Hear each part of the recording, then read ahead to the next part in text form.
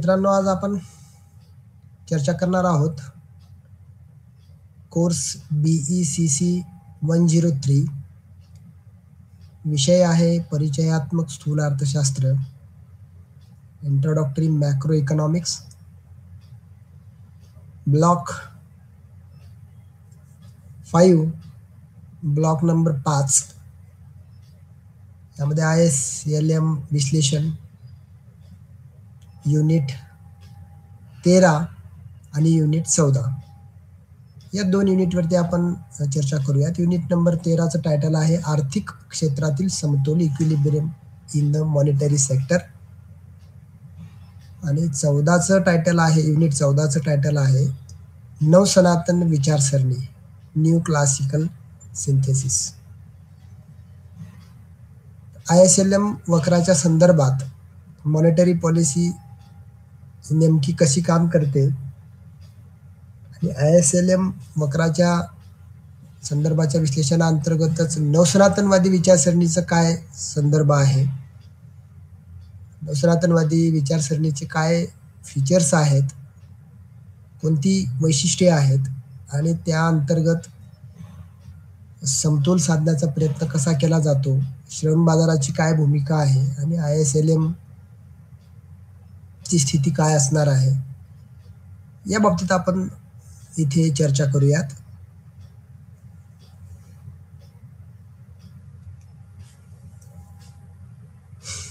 मौद्रिक धोरण आणि ISLM प्रतिमान, ISLM मॉडेल. मौद्रिक धोरण म्हणजे नेमकं काय? मौद्रिक धोरणाविषयी आपल्याला समजून घेताना काय सांगता येईल, तर मौद्रिक धोरण म्हणजे RBI कडून, रिझर्व्ह बँक ऑफ इंडिया कडून देशातील पैशाच्या पुरवठ्यात बदल करण्यासाठी किंवा बदल करण्यासंबंधी तयार करण्यात आलेलं धोरण किंवा आखण्यात आलेलं धोरण होय. त्यालाच आपण मौद्रिक धोरण असं म्हणतो. तर मौद्रिक धोरणाच्या माध्यमातून मध्यवर्ती बँक अर्थव्यवस्था बॅलन्समध्ये कशी राहील किंवा स्थिरमध्ये कशी राहील, स्थिर अर्थव्यवस्था कशी राहील, फार मोठे चेंजेस, फार मोठे बदल न घडता अर्थव्यवस्था सुरळीतपणे चालण्यासाठी, एक अर्थव्यवस्थेमध्ये स्थैर्य निर्माण होण्यासाठी मध्यवर्ती बँकेच्या माध्यमातून मौद्रिक धोरणाच्या आधारे देशातील पैशाच्या पुरवठ्यावर अत्यंत काटेकोरपणे नियंत्रण ठेवण्याचा प्रयत्न केला जातो. आणि या मौद्रिक धोरणाच्या माध्यमातूनच RBI अर्थव्यवस्थेमधल्या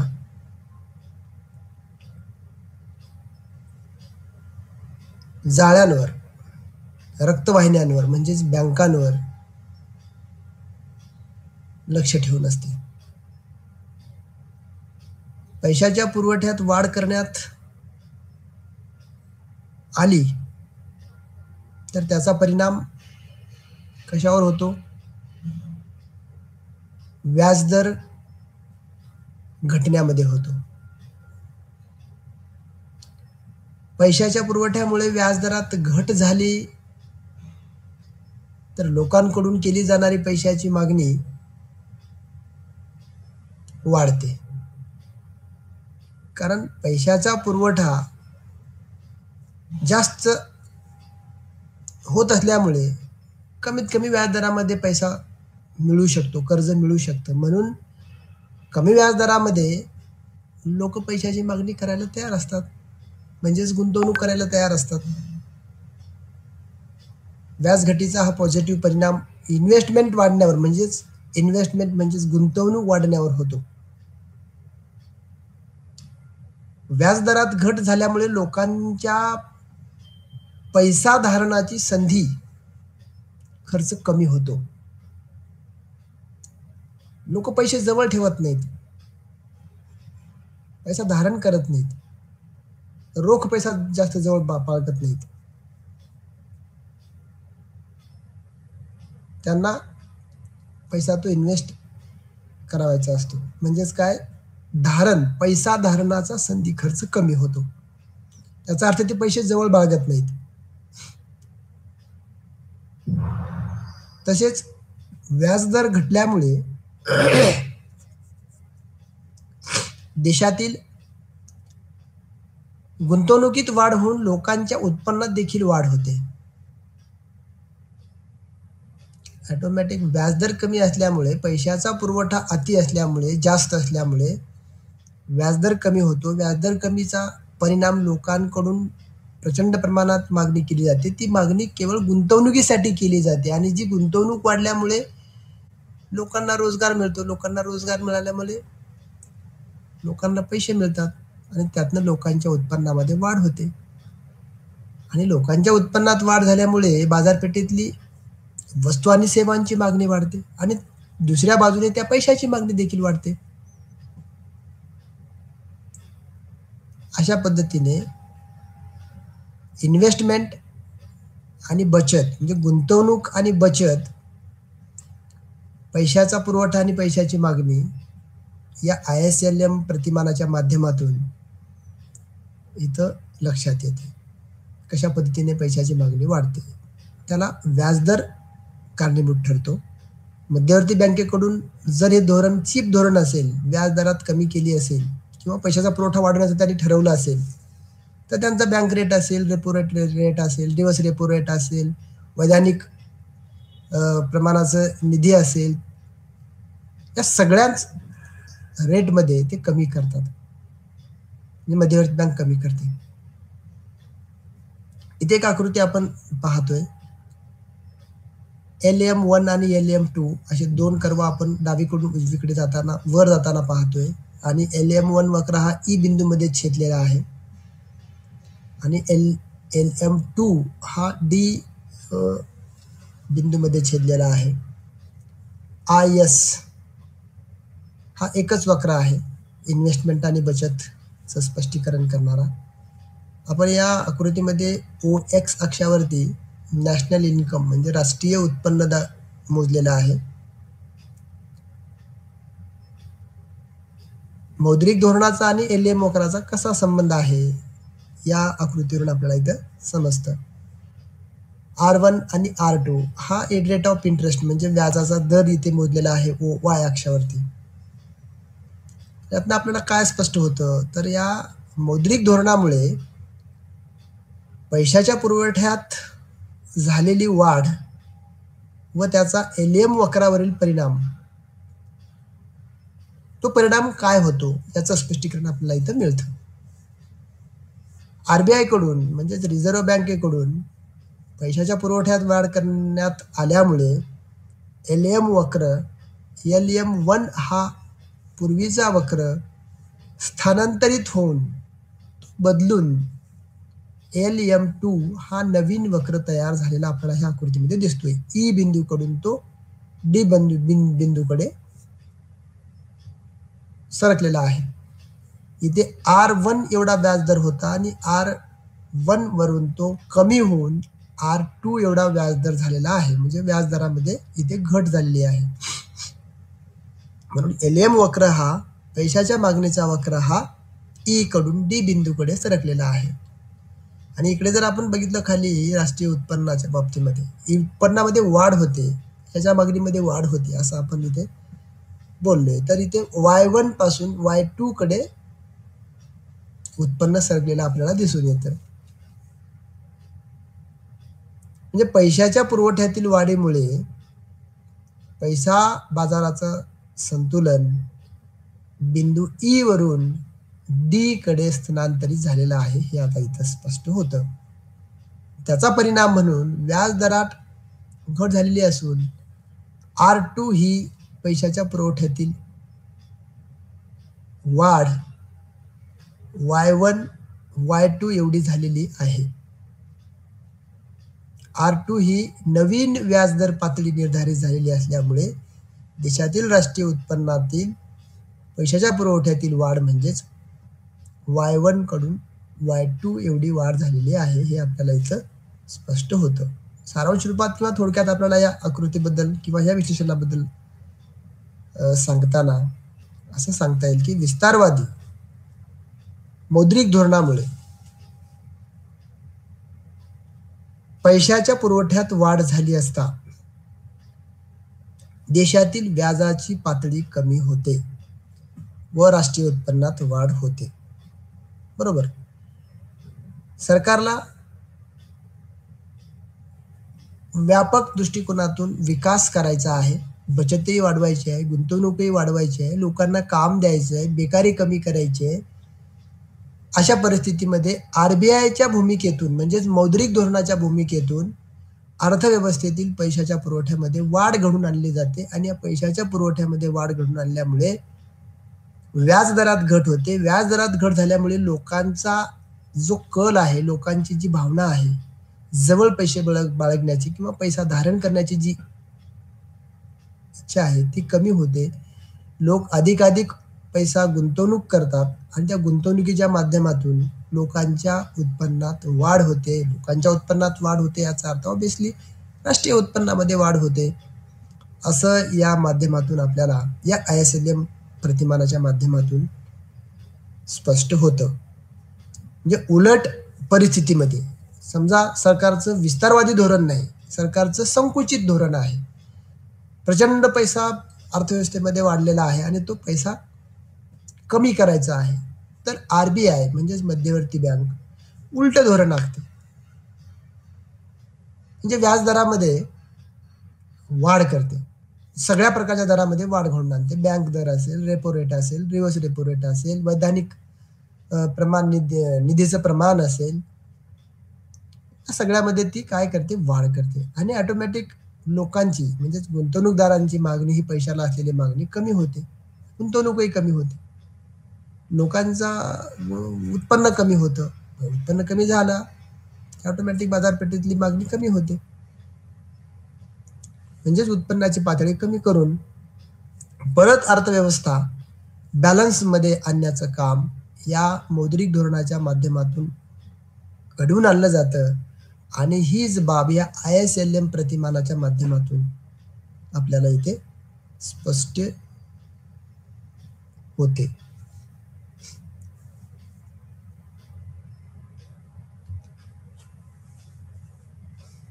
ISLM प्रतिमानाचा विस्तार आणि त्याचबरोबर श्रम बाजार, लेबर मार्केट आणि लवचिक किमती यांचं काय रिलेशन आहे, तर याबद्दल आपण इथे चर्चा करूया. जॉन मेनार्ड केन्स यांचे जे समग्रलक्षी अर्थशास्त्र आहे किंवा समग्रलक्षी अर्थव्यवस्थेचे विश्लेषण आहे ते स्थिर किंमत व ताटर वेतन दर, स्थिर किंमत आणि ताटर वेतन दर, वेतन दरामध्ये बदल होत नाही. ताटर वेतन दर याचा अर्थ वेतन दरामध्ये कसल्याच प्रकारचा बदल होत नाही आणि किमती मात्र बाजारपेठेतल्या स्थिर आहेत. किमतीही स्थिर आहेत आणि वेतन दरही स्थिर आहे असंच त्यांना इथे म्हणायचं आहे. म्हणजेच काय, तर ह्या अर्थव्यवस्थेचं विश्लेषण करताना त्यांनी हे दोन गृहीत धरलेले आहेत. या गृहीतावर आधारित त्यांनी विश्लेषण केलेलं आहे. J.R. हिक्स यांनी विकसित केलेल्या ISLM प्रतिमानामध्ये देखील किमती आणि वेतन दर स्थिर धरलेल्या आहेत, स्थिर गृहीत धरलेल्या आहेत. केन्स यांनी वस्तू बाजार आणि पैसा बाजार यांचे स्वातंत्र्य यांचे काय केलं, स्वतंत्र संतुलन विश्लेषण केलेलं आहे. वस्तू बाजार आणि पैसा बाजाराचं स्वतंत्र विश्लेषण करून संतुलनाचं स्पष्टीकरण देण्याचा प्रयत्न त्यांनी केलेला आहे. हिक्स यांनी काय केलं, तर हिक्स यांनी वस्तू बाजार आणि पैसा बाजार या दोन्ही बाजारांना एकत्रित करून त्यांच्यातील संतुलन कसे घडून येते याचं विश्लेषण ISLM या प्रतिमानामध्ये केलेलं आपल्याला दिसून येतं. ISLM प्रतिमान अर्थव्यवस्थेच्या अल्पकालीन संतुलनाचे विश्लेषण करते. किमती आणि वेतन स्थिर असतात असं गृहीत धरून गुंतवणूक, बचत, पैशाची मागणी, पैशाचा पुरवठा आणि व्याजदर यांच्या मदतीने राष्ट्रीय उत्पन्न निर्धारित करण्याचा प्रयत्न ISLM प्रतिमानामध्ये करण्यात आलेला आहे असं आपल्याला दिसून येतं. अर्थव्यवस्थेच्या सामान्य संतुलनामध्ये प्रामुख्याने वस्तू बाजार, पैसा बाजार आणि श्रम बाजार या 3 बाजारातील संतुलन घडून येणं आवश्यक आहे. ISLM प्रतिमानामध्ये सुरुवातीच्या काळात केवळ वस्तू बाजार आणि पैसा बाजार या 2च बाजाराचा विचार करण्यात आलेला होता. परत लक्षात घ्या, अर्थव्यवस्थेच्या सामान्य संतुलनामध्ये प्रामुख्याने वस्तू बाजार आणि पैसा बाजार तसेच श्रम बाजार ह्या 3 बाजारांचं जे काही संतुलन आहे ते घडून येणं गरजेचं आहे. आणि ISLM प्रतिमानामध्ये सुरुवातीच्या काळात म्हणजे प्रारंभीच्या काळात केवळ वस्तू बाजार आणि पैसा बाजार या 2च बाजाराचा विचार करण्यात आलेला होता. श्रम बाजार त्यांनी लक्षात घेतलाच नव्हता. परंतु अर्थव्यवस्थेच्या सामान्य संतुलनाचा विचार करताना त्यामध्ये श्रम बाजाराचा समावेश करणे गरजेचे आहे. ते विसरून चालत नाही. कारण कोणत्याही अर्थव्यवस्थेचे प्रमुख ध्येय पूर्ण रोजगाराची पातळी गाठणे हे असते. ज्या अर्थव्यवस्थेमध्ये पूर्ण रोजगार आहे ती अर्थव्यवस्था स्थिर अवस्थेला आहे असं समजलं जातं. प्रत्येकाला काम मिळतंय, सगळ्या क्षेत्रामध्ये व्यवस्थित गुंतवणूक झालेली आहे, प्रत्येक व्यक्तीला रोजगार मिळतोय. रोजगार मिळाला की लोकांना वेतन मिळतंय, बेकारीचा प्रश्नच नाही असा तो भाग असतो. त्यामुळे अर्थव्यवस्थेच्या सामान्य संतुलन विश्लेषणामध्ये श्रम बाजाराचं देखील संतुलन होणं गरजेचं आहे, हे आपल्याला नाकारता येत नाही. अर्थव्यवस्थेची पूर्ण रोजगार पातळी म्हणजे अशी अवस्था होय की या स्थितीत वस्तूंच्या किमती आणि वेतनाचे दर अर्थव्यवस्थेतील वस्तूंची एकूण मागणी आणि एकूण पुरवठा व श्रमिकांची एकूण मागणी व पुरवठा यांच्याशी पूर्णतः समायोजित झालेले असतात.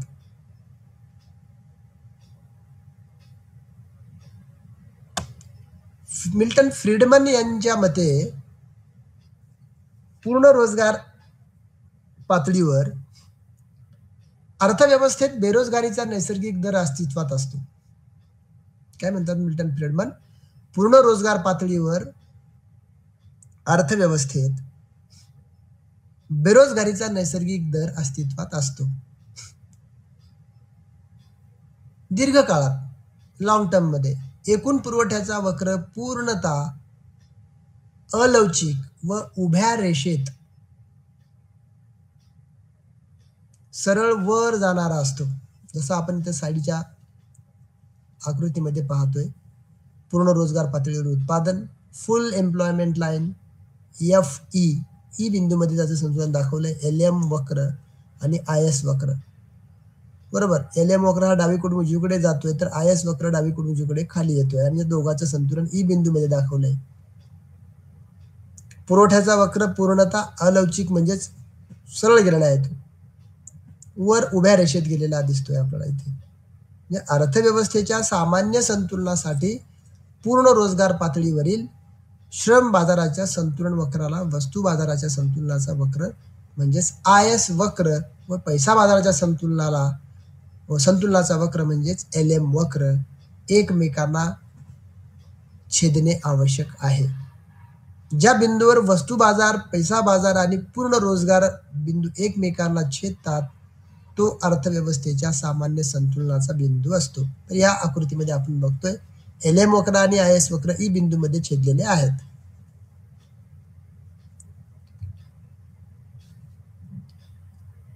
त्या आकृतीचं आपण परत विश्लेषण बघूयात. या आकृतीमध्ये काय म्हटलंय, वस्तू बाजार, पैसा बाजार आणि पूर्ण रोजगाराचा वक्र एकमेकांना ई बिंदूत छेदतात. ई बिंदूवर अर्थव्यवस्थेत वस्तूंच्या मागणी आणि पुरवठ्यानुसार किंमत संतुलित झालेली आहे हे दिसतं. तसंच पैशाची मागणी आणि पैशाचा पुरवठा यानुसार व्याजाचे दर संतुलित झालेले आहेत. याबरोबरच श्रम बाजारातील श्रमाची मागणी आणि पुरवठा यानुसार वेतनाचे दर संतुलन झालेले दिसतात. म्हणजे अर्थव्यवस्था पूर्ण रोजगार पातळीवर आहे. वाय हा बिंदू अर्थव्यवस्थेतील पूर्ण रोजगाराच्या पातळीवरील एकूण उत्पादन पूर्णतः अलवचिक असते असं स्पष्ट करतो. समजा काही कारणामुळे अर्थव्यवस्थेतील एकूण पुरवठ्यात घट झाली तर अर्थव्यवस्थेच्या सामान्य संतुलन पातळीवर कोणता परिणाम होतो? नैसर्गिक किंवा मानवनिर्मित कारणांमुळे पुरवठ्यात घट होऊ शकते. पुरवठ्यात घट झाल्यामुळे श्रमिकांची सीमांत उत्पादकता कमी होते. त्यामुळे श्रमाच्या मागणीचा वक्र डावीकडे खालच्या बाजूला स्थलांतरित होतो. एकूण वस्तूंच्या पुरवठ्यातील घट अल्पकालीन असेल तर त्याचा श्रम पुरवठ्यावर कोणताही परिणाम होत नाही. परंतु श्रमाची मागणी मात्र कमी होते आणि त्यामुळे श्रमिकांचे वेतन आणि अर्थव्यवस्थेतील रोजगाराची पातळी कमी होते. त्याचा परिणाम म्हणून श्रम बाजारातील संतुलनाचा वक्र डावीकडे स्थलांतरित होतो आणि अर्थव्यवस्थेतील एकूण उत्पादनात घट होते.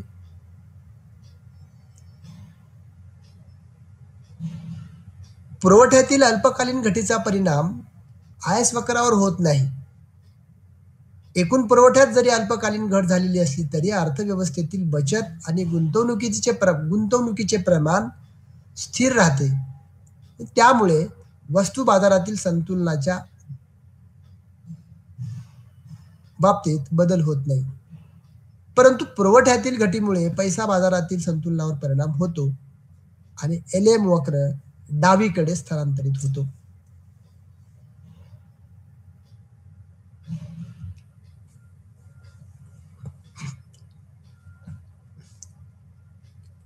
होता श्रम बाजार आणि किमतीतील ISLM प्रतिमान.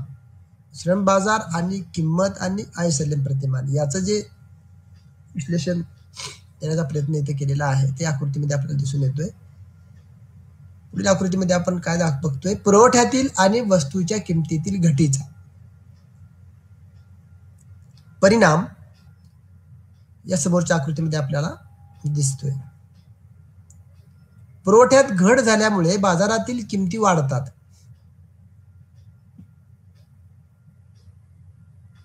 आणि वाढलेल्या किमतीमुळे अर्थव्यवस्थेतील दैनंदिन हेतूसाठी असणारी पैशाची मागणी वाढते व LM वक्र डावीकडे स्थलांतरित होतो. पुरवठ्यात घट झाल्यामुळे LM1 वक्र डावीकडे स्थलांतरित होऊन नवीन LM2 हा वक्र तयार झालेला आपल्याला इथे दिसतो. LM2 ते बघतोय दोन वक्र आपण. ह्या ब्लॅक लाईन मधला हा LM1 आहे आणि ग्रीन लाईन मधला LM2 आहे. जो LM1 हा E बिंदूमध्ये छेदलाय आणि LM2 हा F बिंदूमध्ये छेदलाय. तर पुरवठ्यातील घटीचा IS वक्रावर कोणताही परिणाम होत नाही. त्यामुळे पूर्वीच्याच IS वक्रावर वस्तू बाजाराचं संतुलन होतं. पुरवठ्यात घट झाल्यामुळे श्रमाच्या मागणीत घट होऊन श्रम बाजाराचा संतुलन वक्र डावीकडे स्थलांतरित झालेला आहे हे आपल्याला इथं दिसून येतं. या आकृतीमध्ये आपण काय पाहतोय तर श्रमाच्या मागणीत घट होऊन पूर्वीच्या FE1 जी ब्लॅक लाईन जी सरळ आहे E बिंदूमध्ये छेदून ती सरळ Y1 पर्यंत आलेली आहे. FE1 या श्रम बाजाराच्या संतुलन वक्राचे स्थलांतर होऊन नवीन FE2 हा श्रम बाजाराचा संतुलन वक्र डावीकडे सरकलेला किंवा आलेला आपल्याला इथे दिसतोय. F बिंदूमध्ये त्याचं संतुलन होतं. Y2 या उत्पादन पातळीला. वेतन आणि किमती प्रत्यक्ष व्यवहारात बदलत्या असतात. वेतन आणि किमती प्रत्यक्ष व्यवहारात बदलते असतात. त्या बदलाचा परिणाम ISLM वक्र प्रतिमानामध्ये दाखवून अर्थव्यवस्थेचे संतुलन कसे घडून येते याचे विश्लेषण केले जाते. त्याच विश्लेषणाला ISLM EFE वक्र विश्लेषण असंही म्हटलं जातं. ISLM FE वक्र असंही म्हटलं जातं.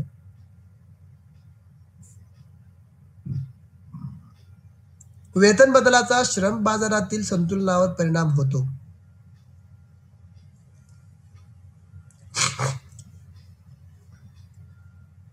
वेतन बदलाचा श्रम बाजारातील संतुलनावर परिणाम होतो. किमतीचा वस्तू बाजारातील व पैसा बाजारातील संतुलनावर परिणाम होतो. त्यामुळे ISLM FE या वक्रामध्ये होणारा बदल लक्षात घेऊन अर्थव्यवस्थेचे संतुलन साधले जाते.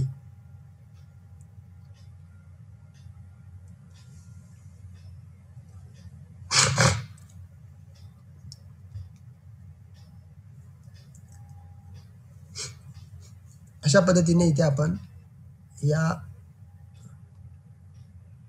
4 स्लाइडमध्ये मौद्रिक धोरण आणि ISLM प्रतिमान यांचं काय रिलेशन आहे, ते कसं रिलेशन आहे, त्यातून मग रोजगाराचं बाबतीत काय इफेक्ट होतो, पैशाच्या पुरवठ्यामध्ये वाढ झाली असता एकूण गुंतवणुकीत कशी वाढ होते, लोकांची मागणी कशी वाढते, या बाबतीमध्ये आपण इथे आता चर्चा केलेली आहे. पुढचा जो घटक आहे तो unit number 14 new classical synthesis, नव सनातन विचारसरणी, नव अभिजात अर्थशास्त्रीय दृष्टिकोन. तो काय म्हणतो ते नेमकं आपण बघूया तिथे. नव अभिजात अर्थशास्त्र ही अभिजात अर्थशास्त्राची पुढची आवृत्ती आहे, नवीन आवृत्ती आहे. या अर्थशास्त्रामध्ये वस्तू किंवा या विचारसरणीमध्ये वस्तू आणि सेवांचं उत्पादन, त्यांची किंमत निश्चिती, उपभोग आणि वितरण याचं विस्तृत विश्लेषण करण्यात आलेलं आपल्याला दिसून येतं. तसेच वस्तूंच्या किमतीचे निर्धारण मागणी आणि पुरवठ्याद्वारे होते, याचं विस्तृत आणि उपभोक्त्यांच्या वैयक्तिक पातळीवर जाऊन विवेचन करण्यात आलेलं आहे.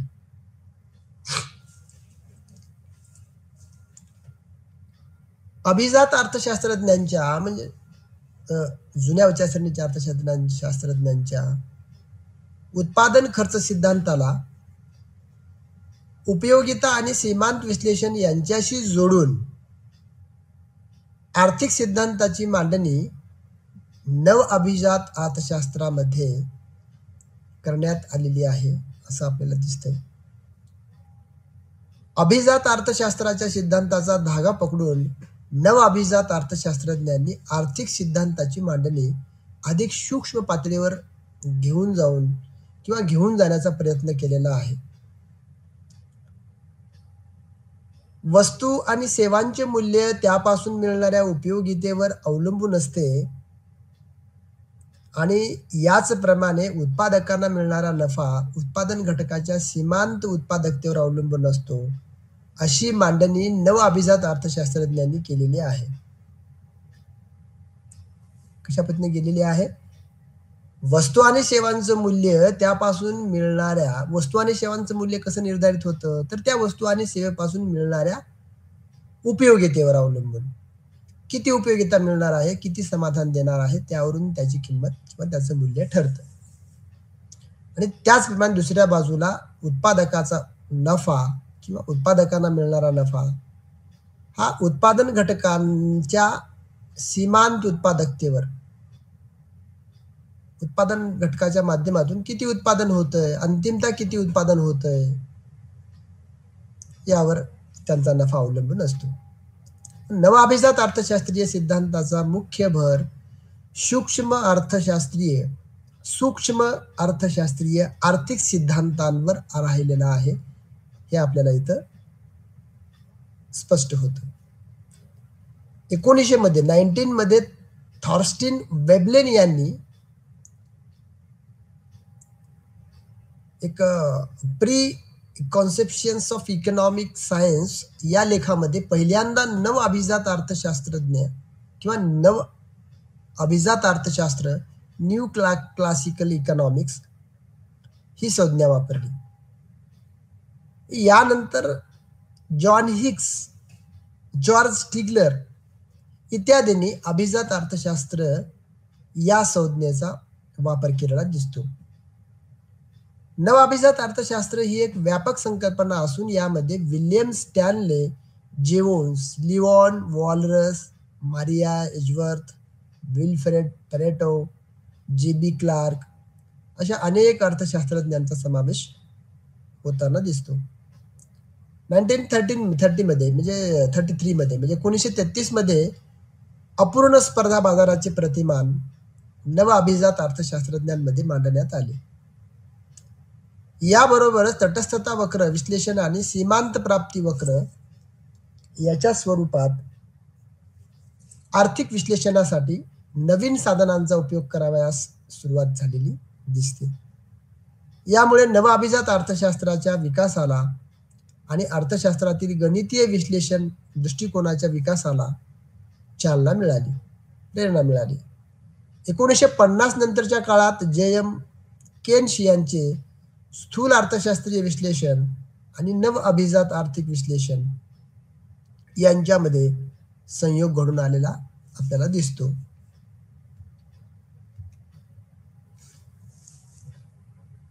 तर या नव अभिजात अर्थशास्त्राची नेमकी ओळख काय आहे, या नव अभिजात अर्थशास्त्राची काय वैशिष्ट्ये आहेत, मुख्य वैशिष्ट्ये काय आहेत. तर नव अभिजात अर्थशास्त्राची वैशिष्ट्ये आपल्याला इथे चर्चा करता येतील. पहिलं वैशिष्ट्य आपल्याला इथे सांगता येईल, मर्यादित संसाधनांचे कार्यक्षम वाटप. देशातील संसाधनांची उपलब्धता मर्यादित असल्याने त्यांच्या कार्यक्षम वापराद्वारे, त्यांच्या ऑप्टिमम यूजमुळे अधिकाधिक उत्पादन कसे करता येईल या संबंधीचे विवेचन नव अभिजात अर्थशास्त्रज्ञांनी केलेले आपल्याला इथे दिसते. व्यक्तीच्या व मर्यादित गरजांची पूर्तता करणे अशक्य आहे. उपभोक्त्यांच्या अमर्यादित गरजांची पूर्तता करणं अशक्य आहे. त्यामुळे गरजांचा प्राधान्यक्रम ठरवावा लागतो आणि त्यानुसार त्या गरजांची पूर्तता करावी लागते. याबरोबरच उपलब्ध संसाधने अधिक कार्यक्षमपणे कशी वापरता येतील त्यानुसार त्यांची वाटणी करणे गरजेचं आहे. संसाधनांच्या कार्यक्षम वाटपासाठी उत्पादन फलन आणि खर्च विश्लेषणाची मदत होते.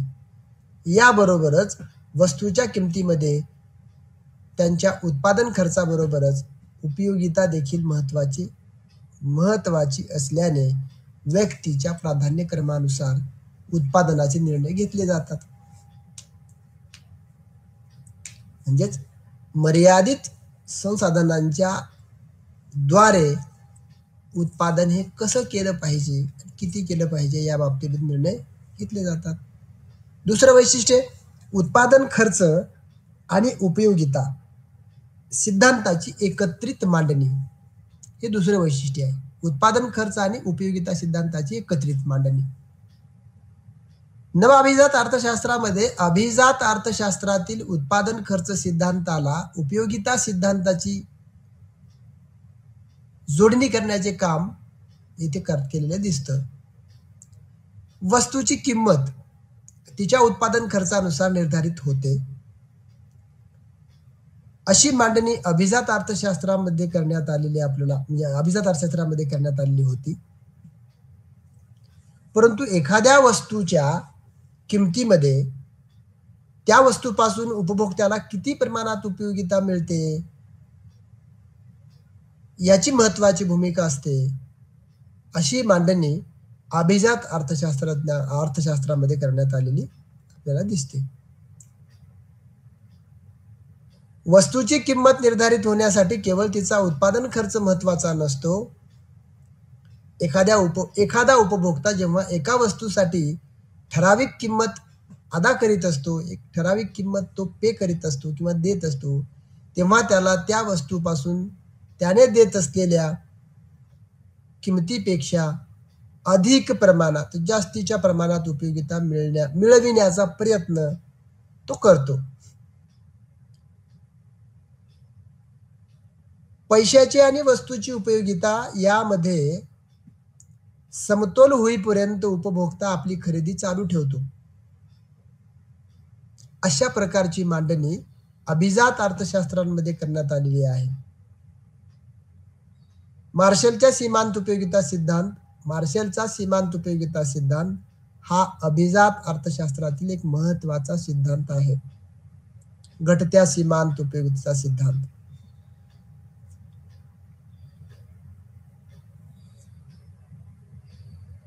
तिसरं वैशिष्ट्य आहे आर्थिक मध्यस्थांची विवेकशील भूमिका. आर्थिक मध्यस्थ म्हणजे उपभोक्ता आणि उत्पादक हे दोन होत. देशातील प्रत्येक उपभोक्ता उपभोगत असलेल्या प्रत्येक वस्तू आणि सेवा यांच्यापासून जास्तीत जास्त उपयोगिता मिळवण्याचा प्रयत्न करतो. याचप्रमाणे उत्पादक देखील नफा मिळवण्याचा प्रयत्न करतो. आर्थिक मध्यस्थाकडे विवेक आणि विचारशीलता असल्याने ते सारासार विचार करून खरेदी आणि उत्पादनाचा निर्णय घेत असतात. प्रत्येक आर्थिक मध्यस्थ विवेकी आणि स्वार्थी असतो व तो त्याच्याकडे असलेल्या मर्यादित संसाधनाच्या द्वारे अधिकाधिक उपयोगिता व नफा मिळवण्याचा प्रयत्न करतो. अशी मांडणी नव अभिजात अर्थशास्त्रज्ञ करतात.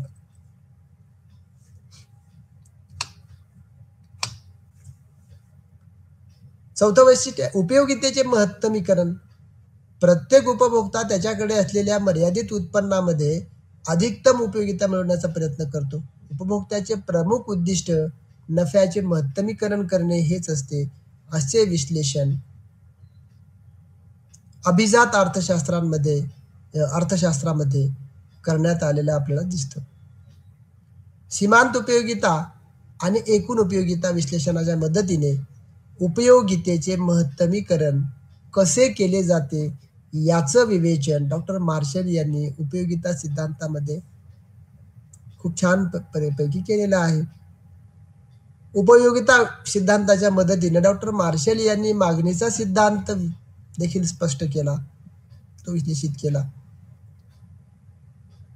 वस्तूंच्या किमतीत वाढ अथवा घट झाली असता त्याचा मागणीवर कोणता परिणाम होतो याचे विश्लेषण उपयोगिता सिद्धांताच्या मदतीने करण्यात आलेले आहे.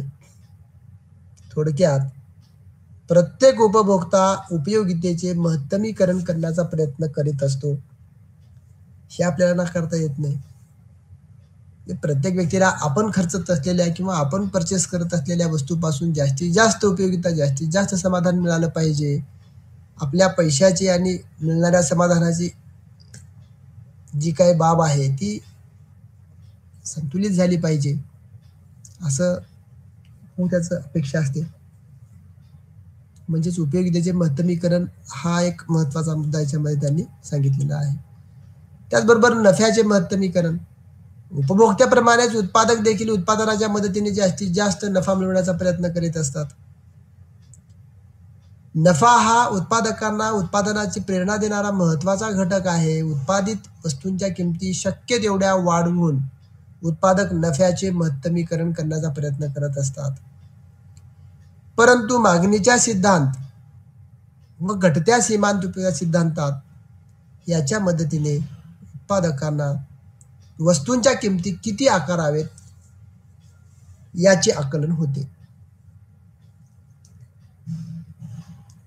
किमती आणि उपयोगिता विश्लेषण यांच्या मदतीने नव अभिजात अर्थशास्त्रज्ञांनी आर्थिक सिद्धांताचे विश्लेषण विवेचन केलेलं आहे, हे आपल्याला स्पष्ट होतं. उपभोक्त्याप्रमाणेच उत्पादक देखील उत्पादनाच्या मदतीने जास्तीत जास्त नफा मिळवण्याचा प्रयत्न करीत असतात. नफा हा उत्पादकांना उत्पादनाची प्रेरणा देणारा महत्वाचा घटक आहे हे आपल्याला माहिती आहे. उत्पादित वस्तूंच्या किमती शक्य तेवढ्या वाढवून उत्पादक नफ्याचे महत्तमीकरण करण्याचा प्रयत्न करत असतात हे आपल्याला माहिती आहे. परंतु मागणीचा सिद्धांत मागणीचा सिद्धांत व घटत्या सीमांत उपयोगितेचा सिद्धांत याच्या मदतीने उत्पादकांना वस्तूच्या किमती किती ठेवाव्यात, किती आकाराव्यात याचं आकलन होतं. बाजारपेठेत किती मागणी आहे, मागणीची स्थिती किती आहे, सीमांत उपयोगिता नेमकी किती आहे याचा अंदाज घेऊन त्या आपल्या वस्तूच्या किमती निर्धारित करत असतात. किंमत आणि उपयोगिता विश्लेषण यांच्या मदतीने नव अभिजात अर्थशास्त्रज्ञांनी आर्थिक सिद्धांताचं विवेचन केलेलं आहे. 6वं वैशिष्ट्य आहे नव अभिजात अर्थशास्त्राचं बाजाराचं संपूर्ण ज्ञान. उत्पादक आणि उपभोक्ता यांना बाजाराचं संपूर्ण ज्ञान असतं असं नव अभिजात अर्थशास्त्रज्ञांचं प्रमुख गृहीत आहे. उपभोक्ते आणि उत्पादक त्यांच्याकडे असलेल्या माहिती व ज्ञानाचा उपयोग करून विवेकशील निर्णय घेतात. त्यामुळे बाजाराची कार्यक्षमता व वस्तूची किंमत निश्चित होण्यास मदत होते, अशी मांडणी त्यांनी केलेली आहे. उपभोक्ते आणि उत्पादक यांना बाजाराचं ज्ञान असणं ही अर्थशास्त्रातील एक अतिशय महत्त्वाची बाब आहे. बाजाराच्या माहितीवर उत्पादकांची नीती आणि नफा हा अवलंबून असतो.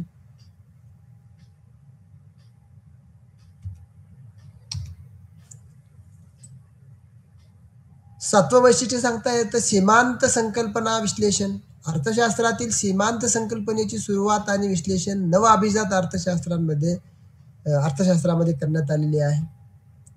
सीमांत म्हणजे शेवटचा घटक होय. शेवटच्या वस्तूपासून मिळणारी उपयोगिता म्हणजे सीमांत उपयोगिता होय.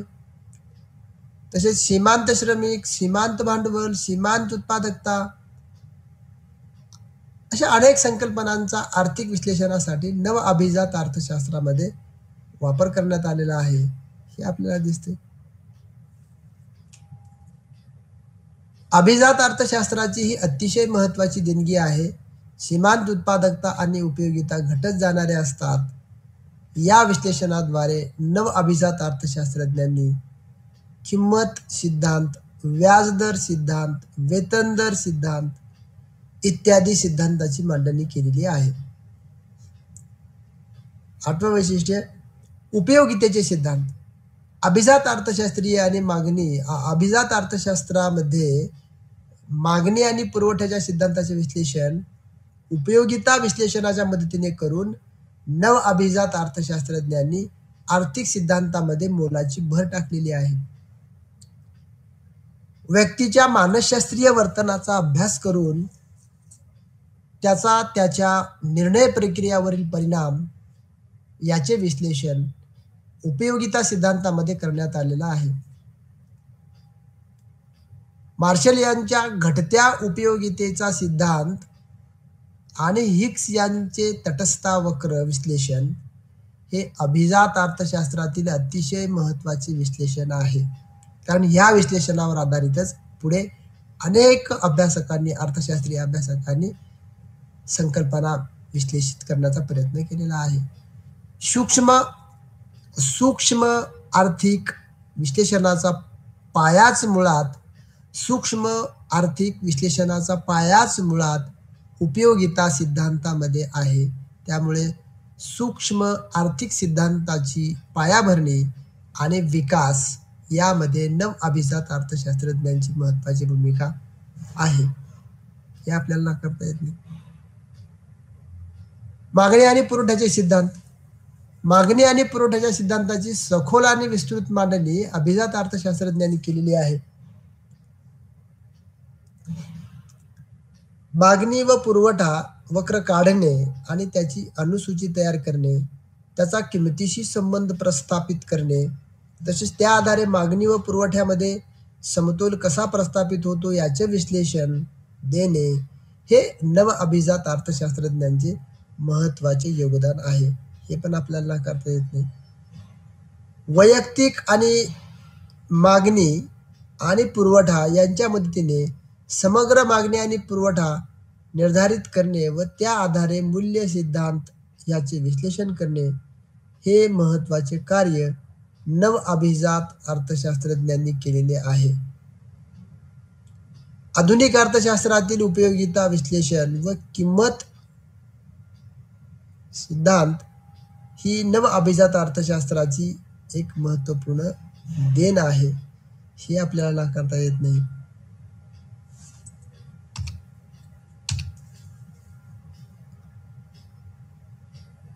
गणितीय विश्लेषण आणि तंत्रे म्हणजे नव अभिजात अर्थशास्त्रज्ञांनी गणितीय सिद्धांताची मांडणी करण्यासाठी गणितीय सूत्रे आणि तंत्राचा वापर करावयास प्रारंभ केला. अर्थशास्त्राच्या विश्लेषणासाठी केवळ एक सिद्धांत विवेचन पद्धती पुरेशा नाहीत याची जाणीव त्यांना होती. अर्थशास्त्राला वास्तवदर्शी शास्त्र म्हणून सिद्ध करण्यासाठी आर्थिक सिद्धांताचे विश्लेषण व्यावहारिक माहितीच्या आधारे करणे गरजेचे आहे. नव अभिजात अर्थशास्त्रज्ञांनी वास्तविक जगातील तथ्यांचे विश्लेषण, माहितीचे विश्लेषण गणितीय तंत्राच्या साहाय्याने करून अर्थशास्त्राला एक नवीन आयाम मिळवून दिला.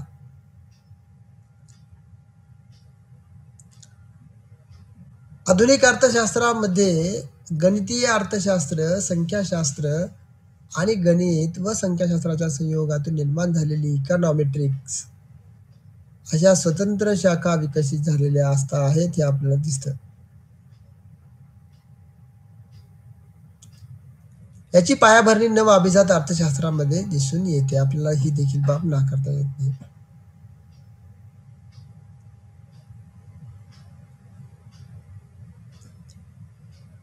सूक्ष्म आर्थिक विश्लेषणावर भर. 11 वैशिष्ट्ये. नव अभिजात अर्थशास्त्राचा मुख्य भर सूक्ष्म आर्थिक विश्लेषण पद्धतीवर होता. एक उपभोक्ता, एक उत्पादक, एक उद्योग संस्था अशा विविध वैयक्तिक आर्थिक घटकांच्या विश्लेषणाच्या मदतीने त्यांनी आर्थिक सिद्धांताची मांडणी करून सूक्ष्म आर्थिक विश्लेषणाच्या विकासामध्ये महत्त्वपूर्ण योगदान दिले.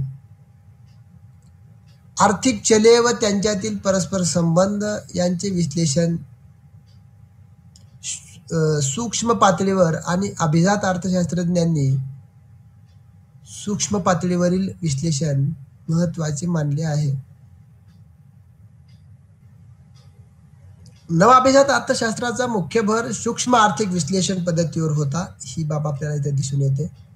एक उपभोक्ता, एक उत्पादक, एक उद्योग संस्था अशा विविध वैयक्तिक घटकांच्या विश्लेषणाच्या मदतीने त्यांनी आर्थिक सिद्धांताची मांडणी करून सूक्ष्म आर्थिक विश्लेषणाच्या विकासामध्ये महत्त्वपूर्ण योगदान दिलं. हे आपल्याला नाकारता येत नाही. इकॉनॉमिक व्हेरिएबल म्हणजे आर्थिक चले व त्यांच्यातील परस्पर संबंध याचं विश्लेषण सूक्ष्म पातळीवर आणि समग्र पातळीवर करणं गरजेचं असतं. J.M. केन्स यांनी समग्र पातळीवरील विश्लेषणावर भर दिला, तर नव अभिजात अर्थशास्त्रज्ञांनी सूक्ष्म पातळीवर विश्लेषण महत्त्वाचे मानले. सूक्ष्म आणि समग्र पातळीवरील विश्लेषणाचा एकत्रित अभ्यास 1950 नंतरच्या काळातील अर्थशास्त्रज्ञांनी केलेला आहे. नव अभिजात अर्थशास्त्र ही एक अर्थशास्त्राच्या विकासातील अतिशय महत्त्वाची देणगी आहे. सैद्धांतिक अर्थशास्त्राला व्यावहारिक व सूक्ष्म पातळीवर विश्लेषण पद्धतीचा आधार देऊन अर्थशास्त्राची पायाभरणी मजबूत करण्यामध्ये नव अभिजात अर्थशास्त्राची महत्त्वाची भूमिका राहिलेली आहे. ती आपल्याला नाकारता येत नाही. गणित आणि संख्याशास्त्राच्या मदतीशिवाय आधुनिक अर्थशास्त्र अभ्यासले जाऊ शकत नाही. अर्थशास्त्राला व्यावहारिक आणि वास्तविक शास्त्र म्हणून मान्यता मिळवून देण्यात व नव अभिजात अर्थशास्त्रज्ञांनी मोठे योगदान दिलेले आहे. हे आपल्याला नाकारता येत नाही. न्यू क्लासिकल इकॉनॉमिक्स आणि न्यू क्लासिकल इकॉनॉमिक्स या दोन वेगवेगळ्या संकल्पना आणि दृष्टिकोन आहेत.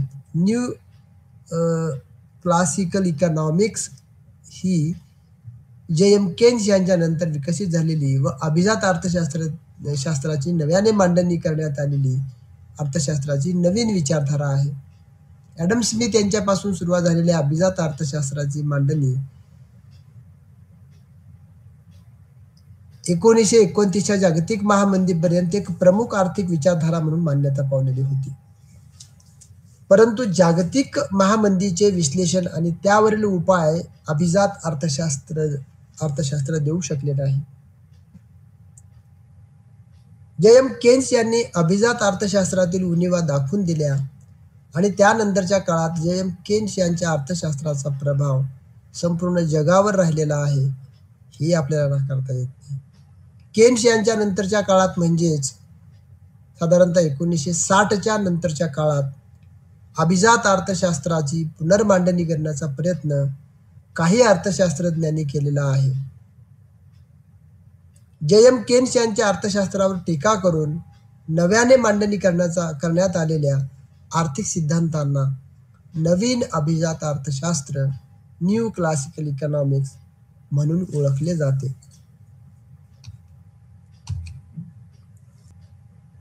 बरोबर. हे 10वाचा मुद्दा आहे, गणितीय विश्लेषण आणि तंत्रे.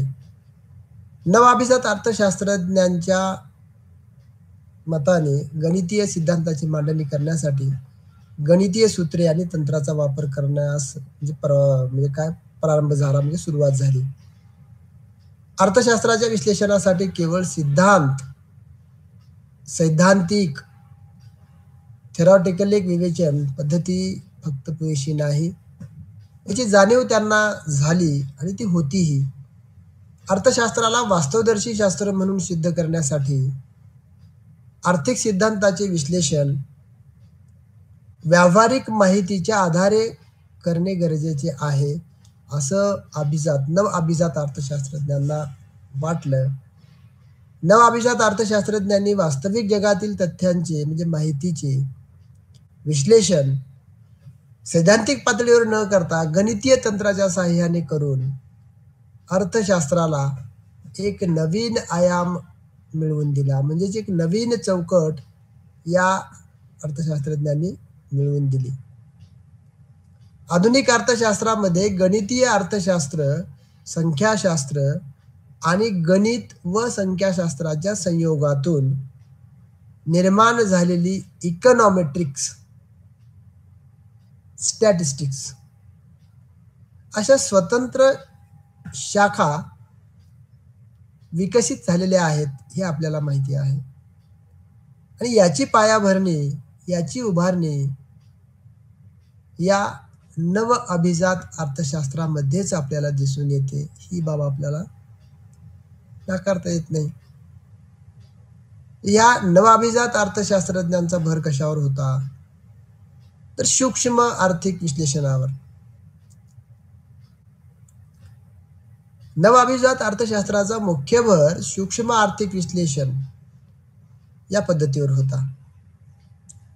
सूक्ष्म आर्थिक विश्लेषण पद्धत म्हणजे कोणती, तर एक उपभोक्ता, एक उत्पादन संस्था, एक उत्पादक, एक उद्योग संस्था, एक कोणतीही फर्म, एका वस्तूची किंमत, अशा विविध वैयक्तिक पातळीवरील वैयक्तिक आर्थिक घटकांच्या विश्लेषणाच्या मदतीने या नवअभिजात अर्थशास्त्रज्ञांनी आर्थिक सिद्धांताची मांडणी करून सूक्ष्म आर्थिक विश्लेषणाच्या विकासामध्ये आपलं महत्त्वपूर्ण योगदान दिलं आहे. आर्थिक चले व त्यांच्यातील परस्पर संबंध यांचं विश्लेषण सूक्ष्म पातळीवर आणि समग्र पातळीवर करण्याचं गरजेचं असतं किंवा आहे, असं तर त्यांनी ठामपणे सांगितलं. जॉन मेनार्ड केन्स यांनी संपूर्ण पातळीवरील, समग्र पातळीवरील, एकूण पातळीवरील विश्लेषणावर भर दिला. तर नव अभिजात अर्थशास्त्रज्ञांनी सूक्ष्म पातळीवरील विश्लेषण महत्वाचं मानलेलं आहे. कारण तुम्हाला वैयक्तिक घटकाची स्थिती, वैयक्तिक घटकाचे परिणाम, वैयक्तिक घटकाची स्थिती लक्षात घेतल्याशिवाय समग्र पातळीपर्यंत तुम्हाला कसं पोहोचता येईल, अशी विचारधारा या नव अभिजात अर्थशास्त्राची होती. म्हणून त्यांनी या नवाभिजात अर्थशास्त्रज्ञांनी सूक्ष्म पातळीवरील विश्लेषण, वैयक्तिक पातळीवरील विश्लेषण महत्वाचं मानलं. सूक्ष्म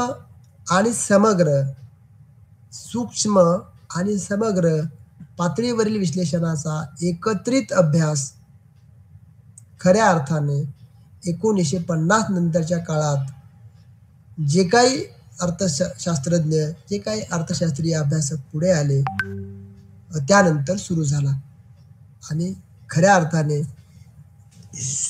मॅक्रो इकॉनॉमिक्स आणि मायक्रो इकॉनॉमिक्स ज्याला आपण म्हणतो, सूक्ष्म अर्थशास्त्र आणि स्थूल अर्थशास्त्र, हे दोन्ही विषय अतिशय गांभीर्याने आणि पद्धतशीरपणे अभ्यासले जाऊ लागले. आणि याच विश्लेषणाच्या माध्यमातून जगातल्या अनेक अर्थव्यवस्थेमध्ये त्या प्रशासनाने यामधल्या थेरीज, यामधलं गणितीय विश्लेषण लक्षात घेऊन आपल्या अर्थव्यवस्थेच्या विकासासाठी, स्थिर अर्थव्यवस्था निर्माण करण्यासाठी, अर्थव्यवस्थेमधील पूर्ण रोजगाराची पातळीचं उद्दिष्ट साध्य करण्यासाठी, बेकारी नष्ट करण्यासाठी किंवा अर्थव्यवस्थेमध्ये येणारे चढ उतार, ज्याला आपण तेजी मंदी म्हणतो, हे चढ उतार घालवण्यासाठी या गणितीय विश्लेषणाचा आधार, सूक्ष्म आर्थिक विश्लेषणाचा आधार, या नव अभिजात अर्थशास्त्राचा आधार घेऊन आपल्या पॉलिसीज किंवा आपले धोरणं निश्चित करण्याचा प्रयत्न जगातल्या अनेक अर्थव्यवस्थांनी, प्रशासनाने केलेला आहे किंवा ते करत आहेत, हे आपल्याला दिसून येतं. आणि ही बाब आपल्याला नाकारता येत नाही. अशा पद्धतीने ही नव अभिजात अर्थशास्त्राची ओळख आहे. न्यू क्लासिकल इकॉनॉमिक्स ज्याला म्हणतो आपण, ती आहे. कारण जुन्या किंवा अभिजातवादी अर्थशास्त्राने जी जगामध्ये 1929 मंदी आलेली होती, त्यावरील ते संकट कशा पद्धतीने जाईल किंवा आपण कुठले पाऊल उचलले पाहिजेत याबाबतचे विश्लेषण ती देऊ शकली नाही. पण या नव अभिजात अर्थशास्त्राने त्याला एक नवीन दिशा दिली, नवीन वळण दिले आणि अर्थशास्त्राला नवीन चौकट दिली. त्यातनं अनेक प्रश्न, समस्या ह्या दूर झालेल्या आहेत, हे आपल्याला दिसून येतं. ही बाब आपल्याला नाकारता येत नाही.